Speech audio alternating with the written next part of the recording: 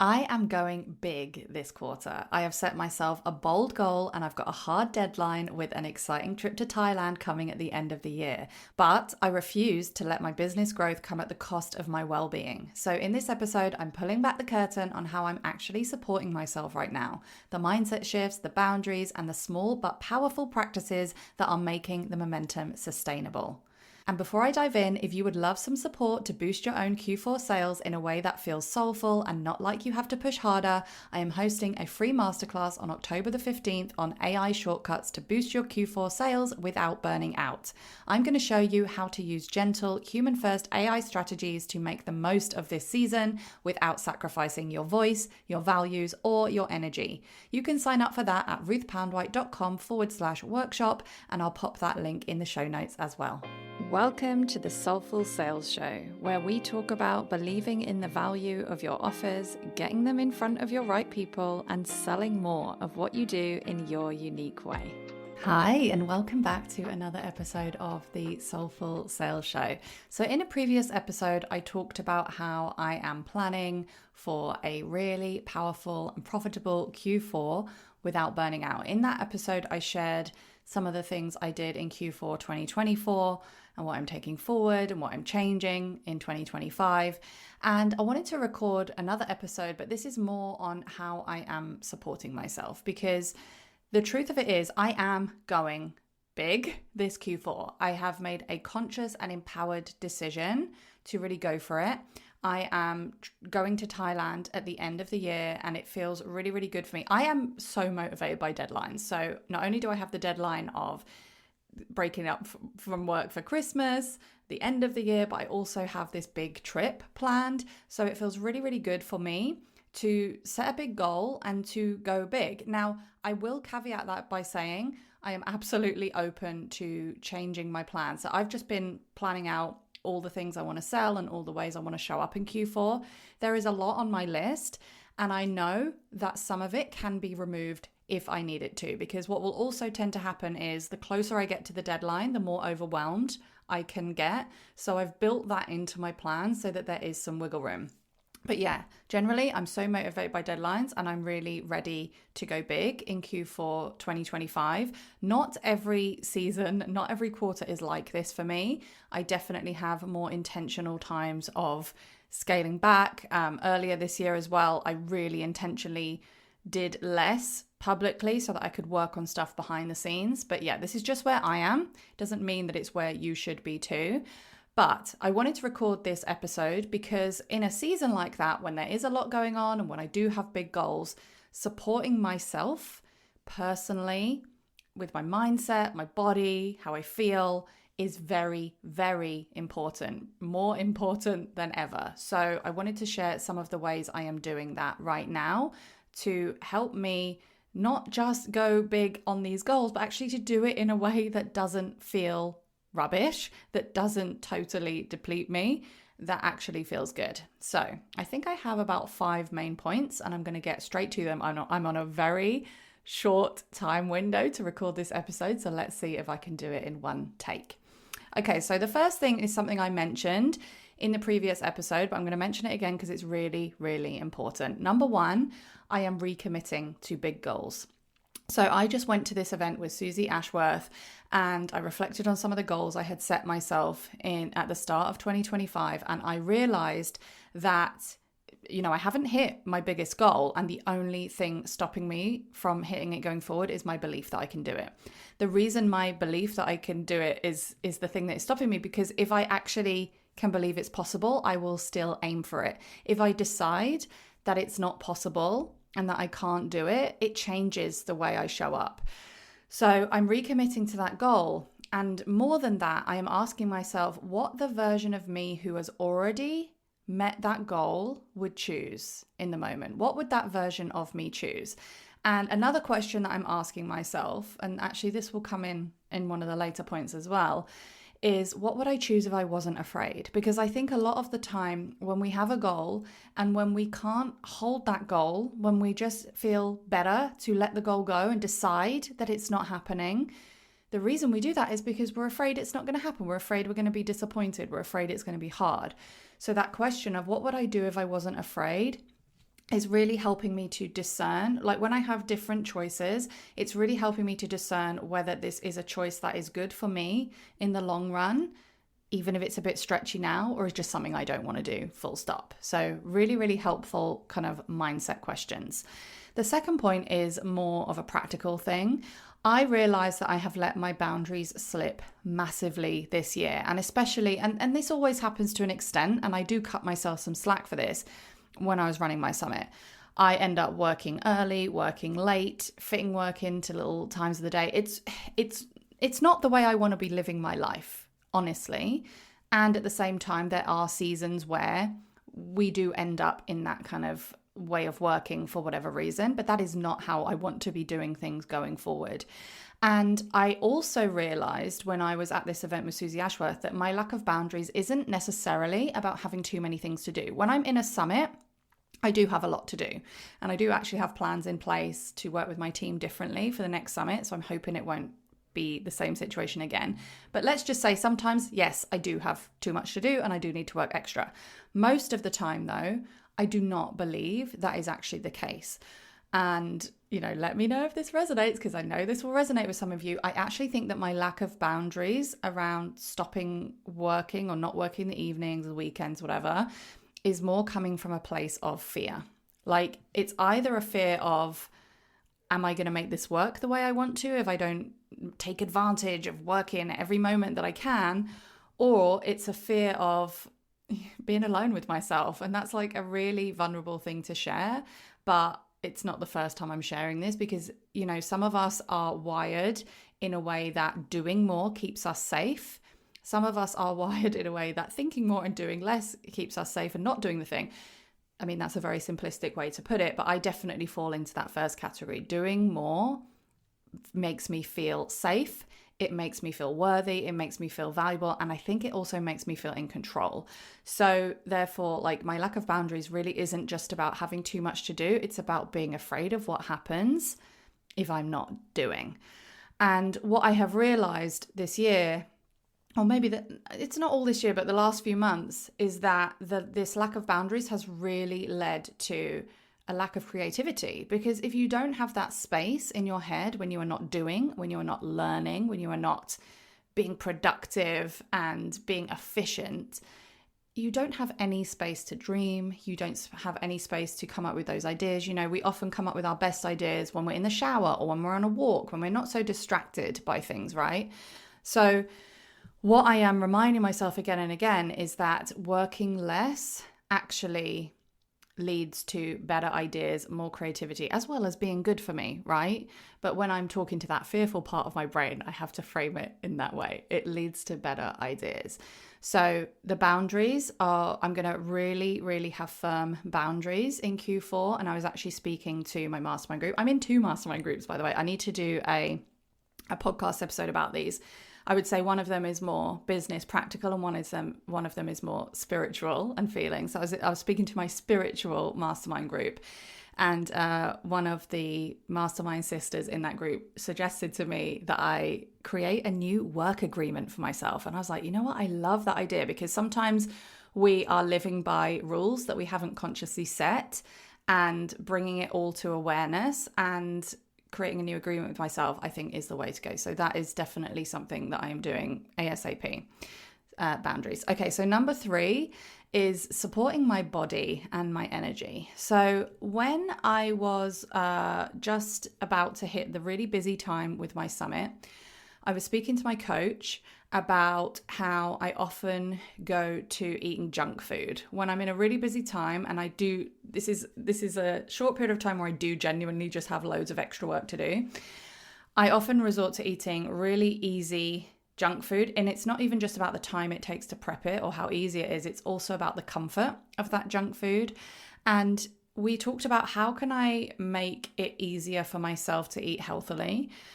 And one of the ways was I just went to Waitrose supermarket here and got a load of pre-packaged salads, because their salads are so much better than the other supermarkets.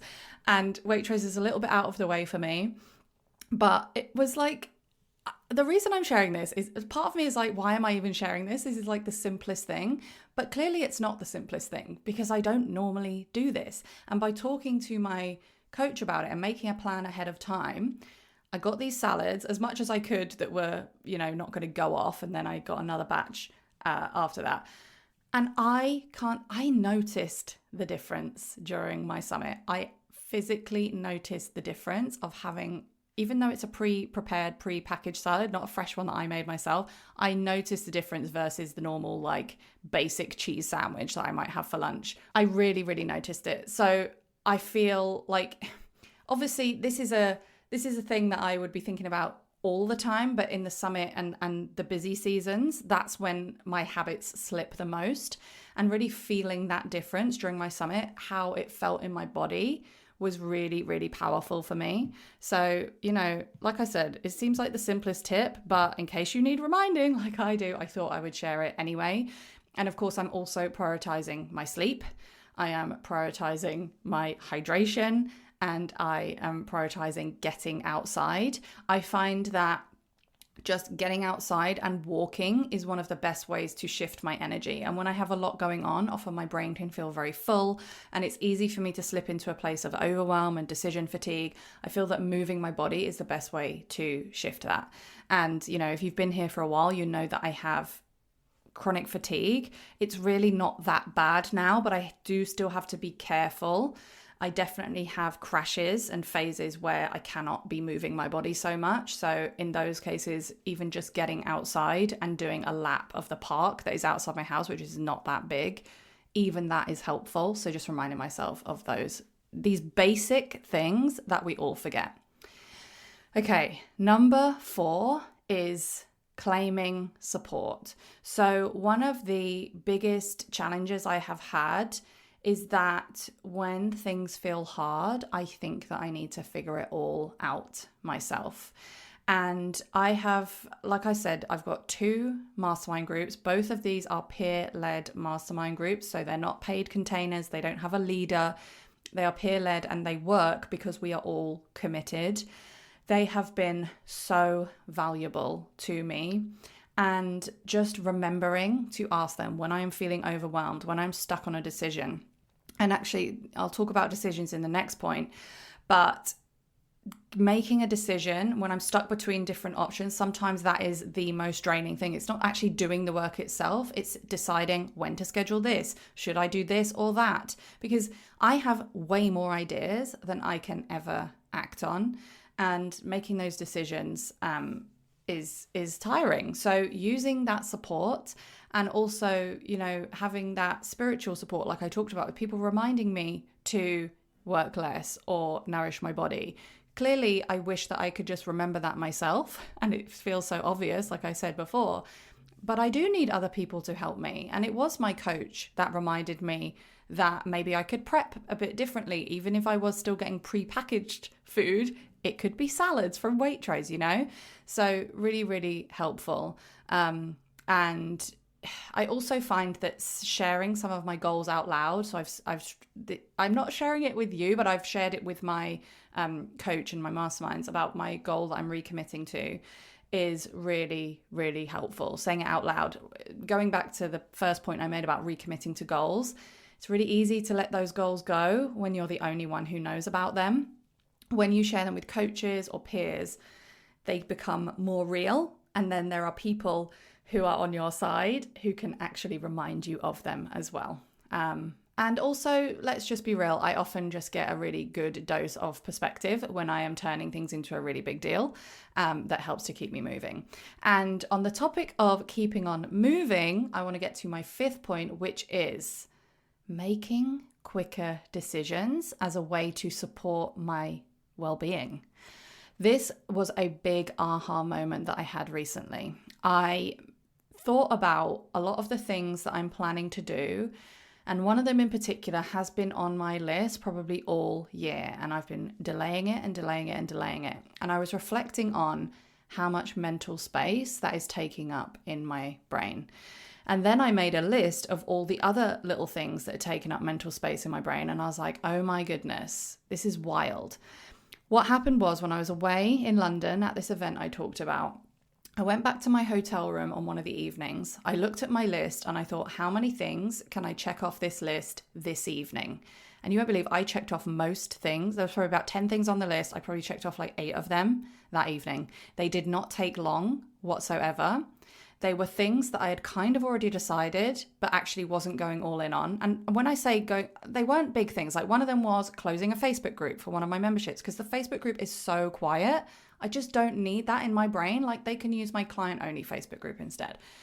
Things like that. So not necessarily huge things. Also like setting a date to do a free workshop or webinar. I checked most of the things off that list in an evening, and it really reminded me how much brain space these decisions take up.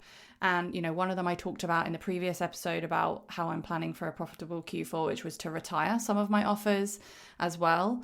And actually one of the things I have witnessed, so I've been in my peer-led, more business, practical focus mastermind for about a year now. One of the things I have witnessed in the other people in this mastermind who are all brilliant, successful business owners is how quickly, like they'll be talking about something on one of the mastermind calls and then the next day they'll be putting something out there. They act on things very quickly. And I was reflecting on this to my husband and I was saying probably from the outside, you might see me as that as well. And I can be like that. But there is a lot more indecision and faffing around and overthinking going on behind the scenes than you might realize. So I'm not pretending that it's all going to be fixed overnight, but that exercise where I listed out all the things that I was undecided on or that I had sort of decided on but not acted on and actually took action on them that evening in a not very long period of time to get them out of my head, that was so eye-opening. So my mantra going forward is that deciding is supportive. And I've said this before, but you cannot make a wrong decision. The wrong decision is usually not deciding at all because it takes up space in your head. And actually one of the things I mentioned in the last episode about my Q4 was that in Q4 2024, I finally made the decision to stop posting on Instagram. That had been in my head for months, if not the whole year before that. So making that decision instantly took a load off my shoulders and helped me just to focus on the stuff that was actually important. So there you have it. There's some practical stuff here. There's a lot of mindset stuff here. I hope that this has been helpful for you. I'm just going to ask you a few questions to help you reflect on some of this stuff as well. Is there a goal that you are willing and ready to recommit to for the last quarter of the year? Maybe something you set at the beginning of the year that you've decided isn't possible because it hasn't happened in the first 3 quarters. Well, I hope that you realize that it is still possible. Can you share that out loud to a community or a coach or anyone that feels like the right person to share it with that makes it feel a bit more real? Are there any boundaries you can set to support yourself? Any ways you can take care of your body? And maybe do what I did and make a list of all the decisions that you are putting off or that you haven't acted on and see how many of them you can just get through if you really commit to no more faffing around, no more undeciding. I'm just going to choose. And if it's the wrong choice, so be it, because at least I've made a choice and got it out of my head. So I hope that this has been helpful for you. Definitely been helpful for me to reflect. And I just wanted to say as well that I am running a free workshop and I actually made the decision to push it back a week. It was one of those things that I was about to get all up in my head about. And I was like, no, you know what? I'm just going to push it back a week. I need the time. And you can sign up for that at ruthpoundwhite.com/workshop. It's all about AI shortcuts to boost your Q4 sales without burning out. So if, like me, you are planning for a really powerful Q4, you have a lot of emails to write, you have a lot of content to create, you have a lot of ideas to work through, this is going to help you with all of that in a way that honors your energy, that honors your values, and that doesn't lose your voice and your uniqueness when you're using AI to support you. So that's happening on the 15th of October. Get your free ticket to that workshop at ruthpoundwhite.com/workshop, and I look forward to seeing you there. Thank you so much for listening to another episode of Soulful Sales. If you have a moment to rate and review, know that it really does make a difference.